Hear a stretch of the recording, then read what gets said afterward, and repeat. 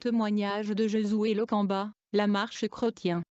La dernière fois j'ai parlé de ma vie dans le couvent avec le prêtre, car j'ai grandi dans le couvent, je travaillais dans le sacristie et j'étais aussi séminariste, jusqu'à ce que je devins vicaire. J'ai raconté comment j'aidais le prêtre dans ses interventions mystiques dans le village. J'avais dit que le prêtre qui m'avait adopté a étudié la démonologie et l'exorcisme au Vatican. J'ai transporté le bréviaire pour lui dans la province de l'Équateur où j'ai grandi. Il faut noter qu'il y a le bréviaire des prêtres, les bréviaires des exorcistes et les bréviaires des acolytes et celui de séminaristes. Beaucoup de gens ont regardé ce témoignage, mais beaucoup de catholiques n'ont pas aimé. J'ai reçu des appels téléphoniques de prêtres catholiques. Ils étaient en colère et ils m'insultaient dans le téléphone, et me demandaient pourquoi j'exposais leurs secrets. J'avais dit que dans le couvent que je vivais comme un prince, je conduisais de bonnes voitures et de bonnes motos, je n'avais pas de problème de nourriture ou de vêtements. Je ne connaissais pas la faim, le prêtre qui m'adopta prenait bon soin de moi, ce fut quand je suis venu à Jésus-Christ que les épreuves sont venues. Le Seigneur a commencé par me séparer du prêtre qui prenait soin de moi,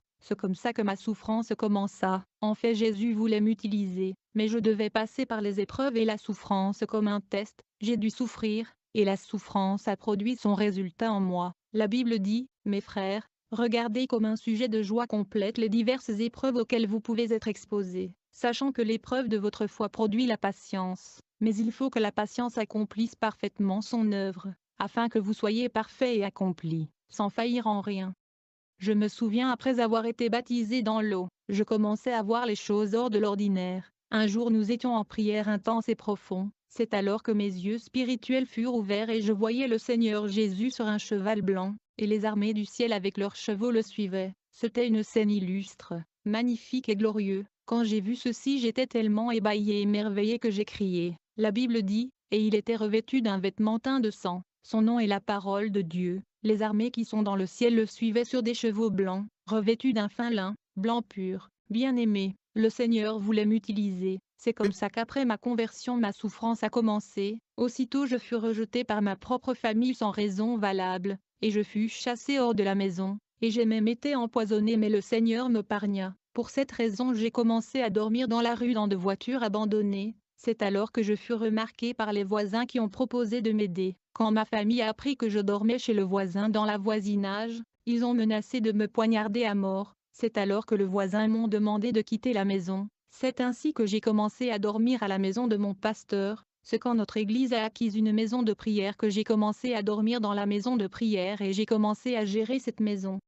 J'étais dévoué à l'œuvre de Dieu, j'étais en charge de l'intercession, j'étais aussi en charge de l'évangélisation et du service de délivrance, j'étais le modérateur et le traducteur du pasteur, je travaillais dur pour le royaume de Dieu, mais je n'avais pas une source de revenus, pas d'argent. D'autre part, mon père spirituel qui aurait pu être une source de soutien a ignoré le fait que je n'avais aucune source de revenus, il savait que j'étais dans le besoin mais il a ignoré ce fait. En dépit de ceci je dirigeais la prière dans l'église et je traduisais quand même ce prédication. Quand je suis venu à Christ en 1994 le Seigneur a commencé à m'utiliser puissamment. Comme résultat, cela a causé de la jalousie dans le cœur de mon père spirituel. Il a refusé de m'ordonner et me reconnaître comme pasteur. Malgré le fait que mes capacités étaient évidentes, ils ordonnaient ceux qui sont venus après moi, ceux qui étaient sous ma supervision. Toutefois j'ai continué à servir le Seigneur sans se plaindre et sans murmure.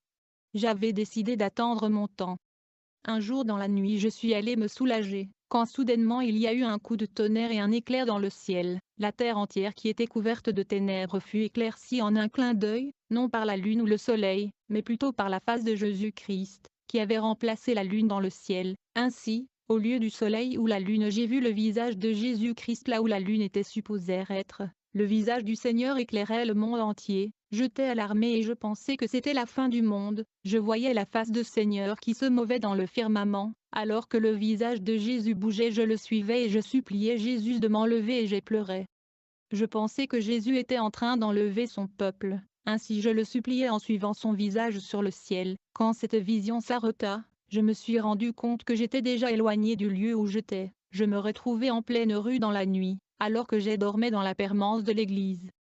Un jour, des voleurs ont volé tous nos vêtements dans la maison de prière. Je me suis retrouvé avec un pantalon et une chemise et un pantoufle. C'est tout ce que me restait. Quelques jours plus tard, j'ai vu le pasteur qui était sur le point de brûler un pantalon et une chemise qui étaient vieilles. Quand je l'ai vu, je me suis précipité vers lui. Il a pensé que je venais l'aider à les brûler, mais je venais plutôt lui demander de me le donner. Quand il me le donna, j'ai commencé à l'utiliser pour le service du dimanche. Je faisais quasiment tout à l'église, mais le pasteur n'a jamais pensé à mes besoins de base. Je me demandais comment se fait-il que je crains le Seigneur mais je souffre comme ça. Un jour le pasteur prêchait sur la semence et la moisson et je le traduisais. C'est alors qu'il dit à la congrégation, « Ne ressemble pas à Josué, il est bon à rien. » Beaucoup de gens dans cette église sèment pour l'œuvre de Dieu et ils sont bénis, mais Josué est comme maudit. Il porte des vêtements que les gens sont sur le point de jeter dans la poubelle. Si vous ne savez pas comment semer, vous serez comme Josué, il n'a rien. Il montre les gens le chemin mais il n'est pas béni. Il semble maudit. Je fus blessé et dérangé par ces paroles, mais je devais maintenant le traduire. L'Église était consternée et fâchée d'entendre ces injures et outrages. Les gens ont commencé à partir de l'Église un par un. En fait, ce jour-là, je portais de vêtements dont il était censé se débarrasser. Alors que je vivais chez le pasteur, le traitement abusif et dégradant continue. Je me demandais pourquoi je devais subir ce genre de traitement. Pourtant, je ne vole pas l'argent de l'offrande. Je ne couche pas avec le sœur de l'assemblée. Alors quel était le problème? Chaque jour je venais à l'église avant tout le monde. J'ai arrangé les chaises, j'arrangeais les instruments et je dirigeais la prière. Je traduisais le pasteur. Dans tout ceci je ne recevais aucun soutien, mais plutôt un traitement abusif. Puis, un jour alors que j'ai dormi, j'ai oublié le seul pantoufle que j'avais dehors. Comme il pleuvait, la pluie l'a balayé et je ne pouvais pas le trouver. C'est ainsi que j'ai commencé à aller à l'église pieds nus. Je n'avais plus de chaussures, mais je devais tout de même venir à l'église. Quand les gens dans le quartier m'ont vu, ils ont murmuré et se sont plaints. Ils dirent, « Voilà comment ces pasteurs ont détruit notre ami. Il a perdu la tête. Regarde comment il marche dans la rue pieds nus. » Bien-aimé, j'étais dans la misère, l'indigence et destitution. Étant donné que j'étais le dirigeant de prière et le traducteur, je devais absolument être à l'église. Je suis donc allé à l'église comme ça et j'ai conduit la prière comme ça. Le pasteur était surpris au début, au fil du temps cela fut acceptable pour lui. J'ai donc conduit le service de l'église comme ça et j'ai traduit le pasteur comme ça. Le pasteur avait beaucoup de chaussures. Il aurait dû faire quelque chose mais il m'a laissé servir comme ça. Une fois qu'un papa dans l'église a remarqué cela, il était touché dans son cœur. Il a donné au pasteur 30 $ pour m'acheter des chaussures, mais ce dernier a pris 20 $ pour lui et il m'a donné 10 $. Je pensais que mes souffrances venaient du diable, mais en réalité, c'était un test de la part du Dieu. Je devais porter ma croix et suivre le Seigneur. Je n'avais pas de boulot et pas d'argent, donc je devais faire quelque chose parce que j'étais dans la misère. Alors que j'étais dans la misère et la destitution, j'expérimentais les visites angéliques et les apparitions du Seigneur Jésus-Christ qui me parlait à travers la colonne de feu et la colonne de nuée. Même dans la rue, le Seigneur et les anges apparaissaient à travers la colonne de nuée. Un jour j'étais en prière avec quelques membres de notre église et le pasteur, quand tout à coup, une colonne de feu est descendue, tout le monde pouvait le voir. Puis une voix a retenti au milieu de la colonne de feu, et dit, « Josué, mon serviteur et mon fils, il y a un gamin en danger de mort dans la ville, si vous n'allez pas prier pour lui aujourd'hui, il va mourir. Son nom est Gianni. Ceci est l'adresse de sa famille dans la ville, sa mère s'appelle Marceline, vous devez aller chez eux d'urgence et prier pour lui, sinon il mourra. » Puis la colonne de feu a disparu. Nous étions étonnés et surpris. Il était 2 heures du matin quand ceci s'est produit. Quand nous avons dormi, j'ai commencé à entendre la voix de Jésus-Christ qui m'avait parlé dans la colonne de feu. Jésus répétait l'avertissement qu'il m'avait donné et disait, « Josué, le jeune garçon est en danger, va prier pour lui. » Il était 5 heures du matin quand nous nous sommes réveillés et nous sommes allés en ville pour trouver l'adresse que Jésus nous a donnée. Quand nous avons trouvé l'adresse, nous avons demandé de parler à maman Marceline, la mère de ce garçon. Ils nous ont demandé s'il y avait un problème. Nous leur avons fait savoir que Jésus-Christ nous a paru et nous envoyait prier pour le petit garçon qui est malade. Il nous avertit qu'il était en danger de mort. Quand la mère nous a entendu parler ainsi, elle a commencé à pleurer, mais nous l'avons encouragée. Puis elle nous dit, « Nous avons été dans des hôpitaux différents mais il n'y a aucune amélioration. C'est comme ça que j'ai dit à maman Marceline, ainsi dit le Seigneur, un jour vous êtes allé au marché, et vous avez laissé votre enfant avec un membre de votre famille, qui est une sorcière, et qui lui a donné un biscuit qui était envoûté. C'est par ce biscuit que la maladie fut transmise à votre fils. Votre relative a emmené les habits de l'enfant chez le chef de sorcier de ce quartier pour qu'il puisse le tuer. Le Seigneur nous a averti que votre fils est censé mourir demain, c'est pourquoi Jésus nous a envoyé prier pour lui. Bien-aimé, quand nous avons prié pour ce garçon, il a été guéri instantanément. Il ne pouvait plus marcher auparavant. mais du coup il se mit debout pour la première fois et se mit à marcher. Puis j'ai dit à maman Marceline, le Seigneur révélera l'identité de la sorcière qui voulait sacrifier votre enfant. 2 semaines plus tard, la sorcière qui était la femme de son oncle est venue dans la nuit et il a pris le garçon. Aussitôt elle se mit à survoler à basse altitude de 5 mètres dans l'espace. Elle survolait hors de la parcelle de cette famille. C'est alors qu'il a rencontré l'ange de l'Éternel autour de la porte. Cet ange du Seigneur lui a agressé et violenté. C'est comme ça qu'elle tomba sur le sol avec l'enfant, qui a commencé à pleurer. En fait, ceci arriva quand son mari revenait du travail. Quand la sorcière est tombée au sol, son mari qui est revenu du travail tard fut témoin de sa chute au sol. Elle est tombée si brutalement qu'elle a eu un choc, et l'enfant pleurait, ce qui a fait que tout le quartier se réveilla. Quand les gens sont vus là où le gamin pleurait, ils étaient effrayés de voir cette sorcière qui était à poil au sol. Quand la famille se réveilla, elle ouvra la porte. C'est alors qu'ils ont vu cette femme à poil au sol, et elle était sous le choc. Puis ils ont pris le garçon qui pleurait, et ils nous ont appelés. Nous sommes rapidement venus voir la sorcière qui était allongée nue par terre dans la rue. Quelque temps après, elle a commencé à confesser sa sorcellerie. Le matin, elle a pris toutes ses affaires et s'est enfuie du quartier. Un jour, pendant que je marchais dans la rue, l'ange du Seigneur m'apparut au milieu de la rue, et il me montra un homme qui venait dans ma trajectoire. Il me dit, « Josué, cet homme est un sorcier, parle-lui de Jésus-Christ, et dites-lui d'abandonner sa sorcellerie. » C'est ainsi que j'ai approché cet homme et j'ai commencé à partager la bonne nouvelle de l'Évangile avec lui. Il était réceptif malgré sa sorcellerie. Ce genre d'apparition angélique dans la rue est commun dans ma vie. Permettez-moi de vous parler des apparitions angéliques parce que les anges m'apparaissent régulièrement, mais ils viennent de plusieurs façons. Généralement quand je prie, parfois ils viennent à moi physiquement, comme quand ils sont venus visiter Abraham. Parfois ils viennent en vision et songe. Quelque temps ils ont des ailes, parfois ils n'ont pas d'ailes. Souvent je ne peux qu'entendre leur voix et on se parle. Parfois quand ils viennent ils m'ouvrent les yeux pour me permettre de voir. Je peux distinguer la voix de Jésus et la voix des anges, et la voix de l'Esprit Saint en moi. Je sais comment Jésus parle et comment les anges parlent. Il y a une différence quand Jésus parle et quand les anges parlent. Un jour je marchais dans la rue quand j'ai entendu quelqu'un m'appeler. Quand je me suis retournée, je ne pouvais pas voir qui m'appelait. Alors j'ai vite compris que ce n'était pas un homme qui m'appelait, mais plutôt un ange du Seigneur.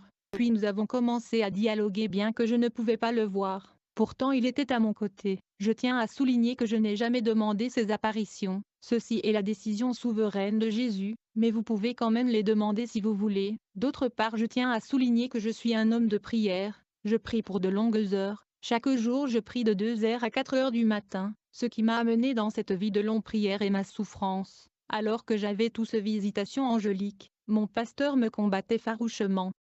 Un jour je marchais dans la rue. En fait je venais de la visite d'un pasteur et je me rendais chez un ami. Quand j'ai vu un homme fou devant un bar, il dansait, les gens l'avaient entouré. Quand il a fini de danser, j'entendais la voix du Seigneur qui était audible me disant de prier pour lui. Quand cet homme qui était fou se rapprochait de moi, je n'avais pas peur de lui car je suis un ancien pratiquant des arts martiaux, mais j'ai aussi l'onction. Et donc je lui ai demandé son nom, mais il racontait n'importe quoi. Je lui dis, « Monsieur, regarde-moi dans les yeux et concentre-vous. » Puis je lui ai de nouveau demandé son nom. Cette fois il m'a donné son nom. Je lui ai demandé, « Monsieur, connaissez-vous Jésus-Christ? Il peut vous guérir. » Il m'a répondu avec agitation, « J'ai entendu parler de lui. Il a été battu et jeté hors de la ville. » Je lui ai demandé, « Savez-vous qu'il peut vous guérir? » Il me dit oui. Je lui ai demandé de se mettre à genoux. Étrangement, il a obtempéré. Nous étions entourés par les gens qui le regardaient danser. C'est comme ça que j'ai pris autorité sur des démons qui contrôlaient sa vie et son esprit. Et j'appelais la présence de Saint-Esprit de le remplir. J'étais sur le point de dire Amen quand il sauta sur moi. Il criait « Je suis guéri. Je suis guéri. » Mais il était vraiment malodorant. J'ai essayé de couvrir mon nez, mais il était sur moi en train de célébrer. J'ai essayé de m'éloigner de lui parce qu'il était agité. Je ne savais pas s'il était guéri ou pas mais il criait qu'il était guéri. Alors que j'essayais de m'éloigner, il me dit « Mon frère, ne courez pas, je suis guéri. » Et donc je me suis rendu compte qu'il était guéri. Puis nous sommes allés à l'église. Quand nous sommes arrivés à l'église, ce frère était encore en vêtements sales. Quand le pasteur m'a vu, il me demanda, « Josué, pourquoi avez-vous amené un fou ici ?» Ce frère qui était guéri a répondu, « Je suis guéri. Je ne suis plus comme ça. » Puis un frère dans l'église lui a donné de nouveaux vêtements. Le jour suivant, il est venu à l'église avec sa famille. Quand la nouvelle de sa guérison s'était répandue dans le quartier, tout le monde est venu le voir et l'église était pleine. mais le membre de l'équipe de leader de l'église était déjà jaloux de la façon dont Dieu m'utilisait. Ils ont décidé de m'humilier et de me confondre. Le dimanche suivant, j'étais censé prêcher. Ils sont allés partout dans la ville pour chercher un fou. Quand ils ont trouvé un homme qui était détraqué mental, ils l'ont amené à l'église. Ce dimanche, après que j'ai fini de prêcher, ils ont amené l'homme qui était fou pour que je prie pour lui. Il y avait beaucoup de gens dans l'église. L'état de cet homme était pire que la condition de l'homme qui a été guéri précédemment. Je lui ai demandé, « Connaissez-vous Jésus-Christ » Il me dit « Je ne le connais pas ». Cet homme n'était pas facile. Alors j'ai élevé ma voix et j'ai pris autorité. Je lui ai dit, « Écoutez frère, connaissez-vous Jésus-Christ? Il peut vous guérir. » Il a répondu, « Oui. » Je lui ai demandé de s'agenouiller. Il a obéi et il s'est agenouillé. J'ai dit, « Au nom de Jésus-Christ, l'esprit mauvais contrôlant votre esprit, je vous ordonne de partir maintenant. » Puis j'ai appelé la présence de l'Esprit Saint de remplir ce frère, bien-aimé. Quand je dis Amen, ce frère a sauté, il fut guéri de la folie et il a repris conscience. Il a commencé à crier, « Merci Jésus !» Et il courait partout dans l'église et disait « Je suis guéri !» C'était la confusion pour les leaders qui l'ont amené, mais l'église était étonnée. On lui donna de nouveaux vêtements et à manger. Le jour suivant, nous sommes allés le déposer chez lui. Quand la nouvelle se répandit dans le voisinage, l'église était pleine à craquer. Mais il y avait la jalousie, la méchanceté et la rancune parmi les leaders de l'église. C'est ainsi qu'ils m'ont empoisonné, mais le Seigneur me pargna du danger de la poison. Mais d'autre part, je prie toujours avant de manger, et donc ce poison ne pouvait pas m'affecter. Quelques jours plus tard, le pasteur me dit, « Josué, on n'a plus besoin de toi dans cette église, tu dois quitter ma maison. » J'ai commencé à le supplier et lui dire que je n'avais nulle part où aller, mais il me dit, « Josué, on n'a plus besoin de ton service. Nous voulons former d'autres serviteurs. » Bien-aimé, j'étais sans espoir. J'ai refusé de partir parce que je ne savais pas où aller. Puis un jour le pasteur a reçu le visiteur. On causait à propos de l'œuvre de Dieu. Mais quand la nourriture était servie, le pasteur me dit devant ses visiteurs, « Josué, vous n'allez pas manger ?» C'est alors qu'ils ont commencé à manger. J'étais là en train de regarder la télévision pendant qu'ils mangeaient. J'étais humilié et blessé. Je me suis retrouvé dans l'obligation de quitter la maison du pasteur qui me tolérait plus. Plus tard, j'ai fini par dormir dans la rue, mais j'ai continué de venir à l'église et travailler malgré ceci. Quelque temps après, le pasteur voyagea. C'est alors que les leaders qu'il a laissés dans l'église qui me détestaient à cause de la façon dont le Seigneur m'utilisait ont décidé de m'excommunier. Après cette excommunication, je me suis retrouvé dans la rue. J'étais un sans-abri. Puis une famille de notre assemblée me sont venus en aide, mais ces leaders sont allés jusqu'à intoxiquer cette famille qui m'avait hébergé. Ils ont dit à cette famille, « L'homme que vous êtes en train d'héberger est un magicien, il utilise le pouvoir occulte, il risque de vous sacrifier. » Quand cette famille a entendu des hommes de Dieu parler de la sorte, ils ont eu peur, ils m'ont demandé de partir. C'est ainsi que j'ai commencé à dormir dans des voitures abandonnées. Je me suis retrouvé dans la rue, étreinte de faire la mendicité pour survivre. Je suis devenu effectivement un mendiant, suppliant les gens dans la rue pour avoir quelque chose. Je dormais dans une voiture abandonnée dans le quartier. Je fus rejeté par ma propre famille et mon propre pasteur. En fait, tout le monde m'avait rejeté alors que je servais le Seigneur avec dévouement et zèle. Le Seigneur voulait que je traverse ces souffrances et ce rejet, mais les gens qui m'ont plus combattu étaient des pasteurs. Malgré le traitement abusif et effroyable de mes dirigeants, je n'étais jamais rebelle. Je ne quittais jamais l'Église ni abandonnais l'œuvre des dieux. Malgré le miracle et les apparitions angéliques, je n'ai jamais pris l'initiative d'aller commencer une église et mon propre ministère. Et donc j'ai dormi dans cette voiture abandonnée, mais quand il était 2 heures du matin, je me suis réveillé comme d'habitude et j'ai commencé à prier autour de cette voiture abandonnée. Il pleuvait et je priais sous la pluie. J'ai dit, « Seigneur Jésus, je suis en train de mendier pour survivre, mais tant d'insultes, je suis même qualifiée de sorcière. » J'ai dit, « Seigneur, je n'ai pas de parents, certaines personnes ont des frères et sœurs en Europe. » Je priais et pleurais avec les yeux fermés. Immédiatement je sentis comme s'il y avait quelqu'un devant moi. Quand j'ai ouvert mes yeux, j'ai vu Jésus-Christ lui-même. Il était assis sur le trône, et malgré la pluie il n'était pas mouillé. Quand Jésus est apparu, la première chose que j'ai remarqué est que mes vêtements qui étaient mouillés étaient devenus secs. Jésus me dit, « Josué, ne pleure pas, tu es mon fils. Je suis ton père et ta mère. » Puis Jésus essuia les larmes de mes yeux. Il me dit, « Josué mon fils, aujourd'hui j'ai fait une alliance avec toi. » Ensuite j'ai vu Jésus enlever une bague en diamant de son doigt, et le mettre sur la mienne. Il me dit, « Josué,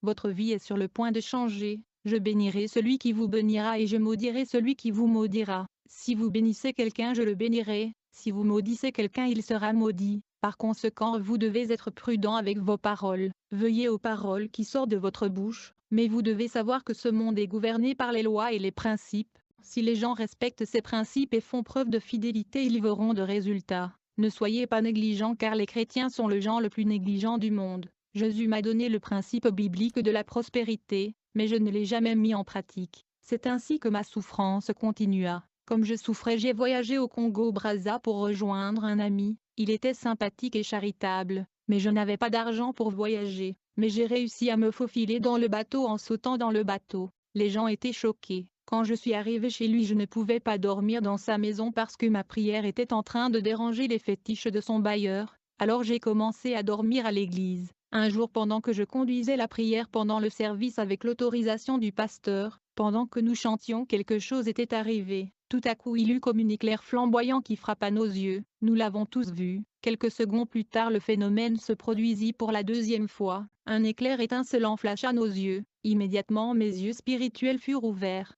J'ai vu un homme blanc qui prêchait l'évangile de la bonne nouvelle. En vrai dire, cet homme était l'évangéliste tel Osborne. Il prêchait une foule de personnes innombrables. Dans cette vision, c'est comme si je faisais partie de la foule qui était venue assister à cette meeting évangélique. Alors l'évangéliste Osborne dit à la foule, « Si jamais quelqu'un rencontre Jésus-Christ, il ne restera jamais le même. » Il dit, « Quand vous rencontrez Jésus-Christ, votre vie ne sera plus jamais la même, vous serez complètement transformé et changé. » C'est alors que j'ai dit à l'homme de Dieu l'évangéliste tel Osborne, « Moi j'ai vu Jésus-Christ face à face. » Il dit à la foule, « Sûrement Josué a vu Jésus-Christ. » Pendant que je voyais cette vision, il y soudainement un tonnerre et des éclairs. Comme résultat, nous sommes tous tombés par terre. Puis Jésus-Christ est apparu juste devant moi. Les gens de l'église ne pouvaient pas le voir, mais moi je pouvais le voir, bien que j'étais au sol. Alors Jésus me dit, « Josué, je vais t'utiliser comme j'utilise l'évangéliste tel Osborne, mais sois fidèle, et attends votre temps. » J'ai dit à mon ami l'évêque Stanley qui était à mon côté, « Est-ce que tu vois Jésus comme moi ?»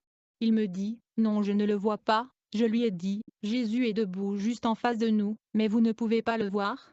Puis j'ai vu Jésus faire un geste avec sa main. À la suite de ceci, un tableau est apparu. Il a écrit sur le tableau, puis il se m'expliqua beaucoup de choses. Ensuite il me dit, « Votre travail est de réveiller, relancer et soutenir les églises. Vous allez secourir les églises. » Puis Jésus a disparu. Mais cette église qui m'avait accueilli fut la première église que je devais relancer et soutenir. Et donc j'ai expérimenté cette nouvelle commission dans cette église. En effet, il n'y avait que 7 personnes quand je suis arrivé. Après l'apparition de Jésus, j'ai commencé à évangéliser et à intercéder. Les gens ont commencé à venir et le nombre a commencé à augmenter. Mais c'est quand j'ai prié pour un gamin qui était aveugle, et qui a été guéri d'aveuglement au nom de Jésus que les choses ont changé. En effet, la nouvelle se répandut dans le quartier. Comme résultat, les gens sont venus en grand nombre. Nous sommes passés de 7 à 150 personnes. Comme je continue à travailler dans cette église qui a grandi jusqu'à atteindre 250 personnes, il y avait des miracles et des témoignages,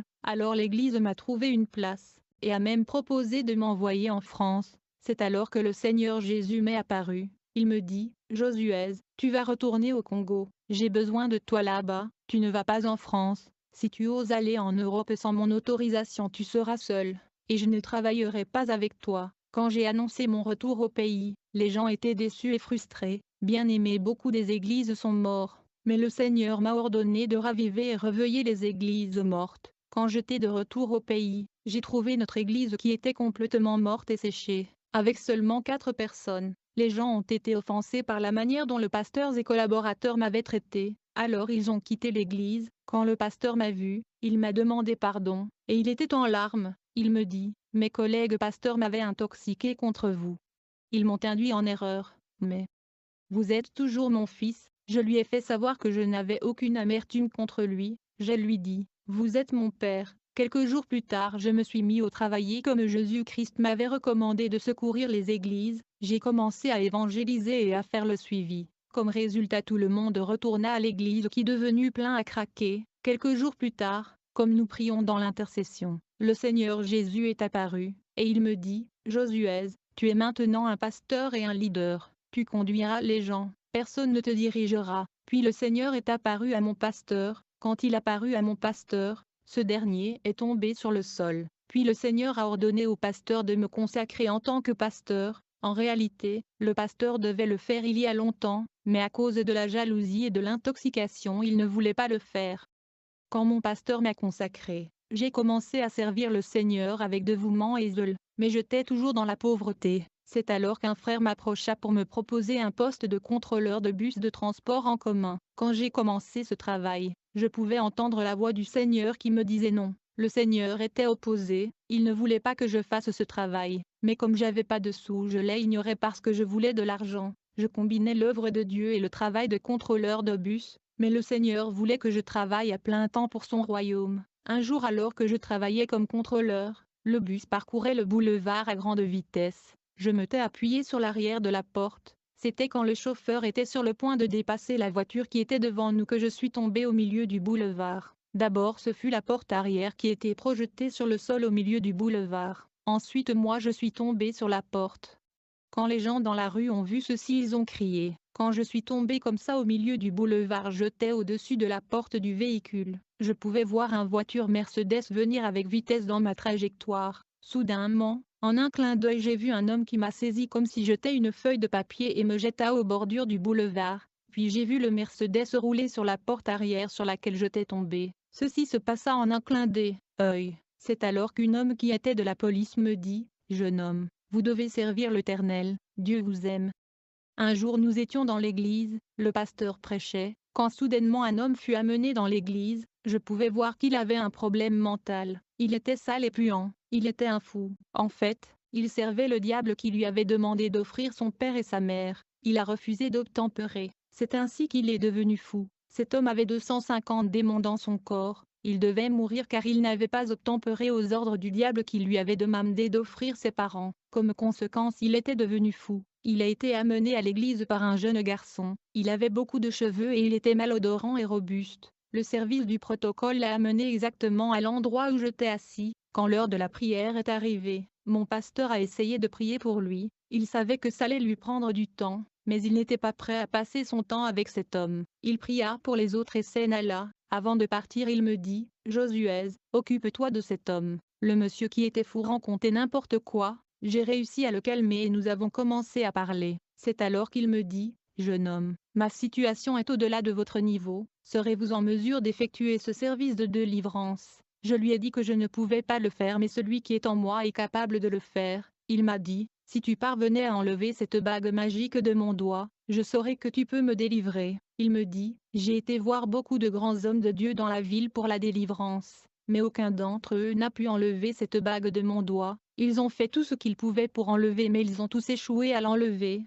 Ils ont essayé de mettre de l'huile et du savon, mais ils ont échoué. Alors, j'ai demandé à un frère d'apporter de l'huile, mais quand il est allé chercher de l'huile d'olive, le Saint-Esprit m'a dit de ne pas utiliser huile, mais juste de prier. C'est alors que j'ai dit, au nom de Jésus-Christ et j'ai enlevé l'anneau de son doigt. Immédiatement je l'ai entendu dire, les esprits m'ont quitté, ils sont stationnés à une distance de 5 kilomètres. À un certain moment les esprits l'ont poussé à battre tout le monde. C'est ainsi que tout le monde s'est enfui et je suis resté avec lui. Comme j'avais pratiqué les arts martiaux dans le passé, j'essayais de contrôler cet homme. Puis il me dit, j'ai un fil autour de ma hanche qui est un serpent. Puis il me demanda de faire un rituel afin de le couper mais j'ai refusé. Puis nous avons commencé à prier. Quand il est tombé par terre, j'ai enlevé le fil qui était sur sa hanche qui était le serpent et je l'ai coupé. J'ai donné à un frère de le brûler, mais quand le frère a essayé de le brûler au feu il eut comme une explosion. À la suite de ceci la main de ce frère est devenue. Il a commencé à se comporter comme s'il était dans un ring de combat. Il a introduit sa main dans sa poche comme s'il sortait une arme pour me tirer, puis il se mit à me tirer avec sa main, mais il n'avait pas de pistolet il utilisait sa main comme pistolet, puis il se mit à se comporter comme s'il me donnait un coup de tête. J'ai pris l'autorité au nom de Jésus-Christ. Comme résultat il tomba au sol, et il fut délivré. Le Seigneur m'utilisait puissamment. À la fin je fus chassé encore de l'église. Comme j'ai été expulsé de l'église j'ai rejoint une autre grande église dans la ville. L'église était axée sur la guerre contre les démons. Je me disais que peut-être ma souffrance était causée par des démons. C'est une opportunité pour moi de les combattre. J'étais si dévoué que j'ai été nommé leader de la jeunesse. Et j'étais aussi dans l'intercession parce que je suis fort dans la prière. Je peux prier pour de longues heures. Un jour alors que je marchais dans la rue, Jésus m'apparut au milieu de la rue me dit, Josué, je veux t'envoyer vers mon serviteur dans la ville pour que tu sois formé. D'abord Jésus me montra l'image de l'homme de Dieu dont il parlait. Il me montra son image quand il était jeune, puis il me montra son état actuel. Je le reconnus comme étant un des prédicateurs télévisés qui est populaire dans la ville. Jésus me dit, tu iras vers mon serviteur et il va te former. Quand Jésus a disparu, je n'ai pas voulu obéir à ses instructions, autant plus que j'avais entendu des histoires négatives au sujet de cet homme de Dieu dont Jésus me parlait. Par ailleurs, j'avais déjà une bonne position dans ma nouvelle église, je dirigeais la jeunesse de cette grande église, et donc je continuais de fréquenter ma nouvelle église, et donc j'ai ignoré les instructions du Seigneur Jésus. Quelques jours plus tard, j'ai rendu visite à mon nouveau pasteur et je lui ai expliqué ma situation de misère. Quelques jours après, il me donna un $100. Je suis entré à la maison très heureux, mais ce jour-là dans la nuit pendant que je priais, Jésus-Christ est apparu. Cette fois Jésus était très furieux. Il éleva sa voix et m'a demandé, Josué, qui vous a instruit de demander à ce pasteur de l'argent, le connaissez-vous? Est-ce que vous connaissez son maître? Est-ce que vous savez qui il sert? Jésus était en colère, et j'étais terrifié. Bien-aimé, il est préférable que le diable vous crie dessus, parce que Jésus peut vous défendre. Mais ici, je faisais face à Jésus-Christ, le Créateur de l'univers, qui était en colère contre moi, et il me criait dessus. Jésus me dit, Josué, tu es têtu. Je t'ai dit de quitter cette église mais tu as décidé d'ignorer mes instructions et de me désobéir. Mais à partir de maintenant tu n'iras plus jamais à cette église. Pendant que Jésus parlait je tremblais de terreur.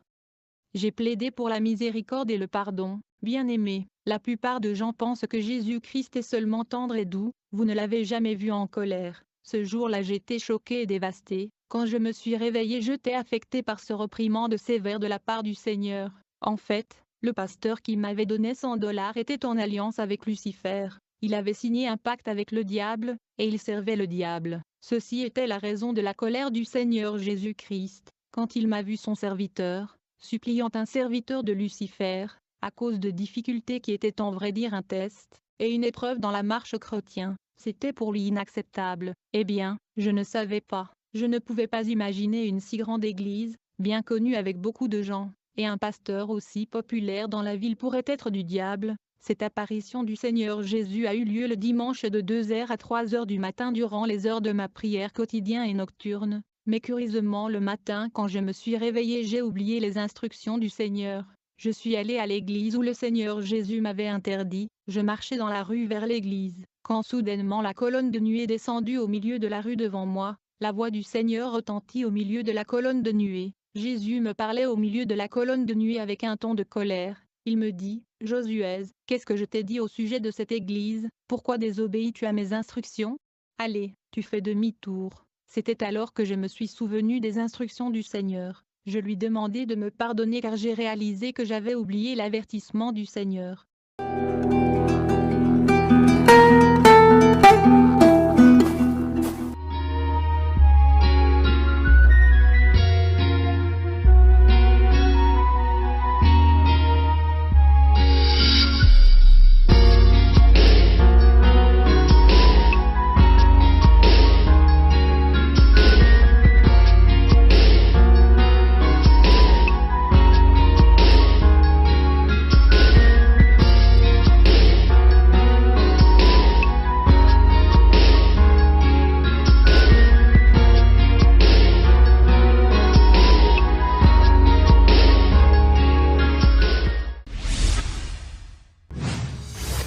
Maranatha, Ségonçon,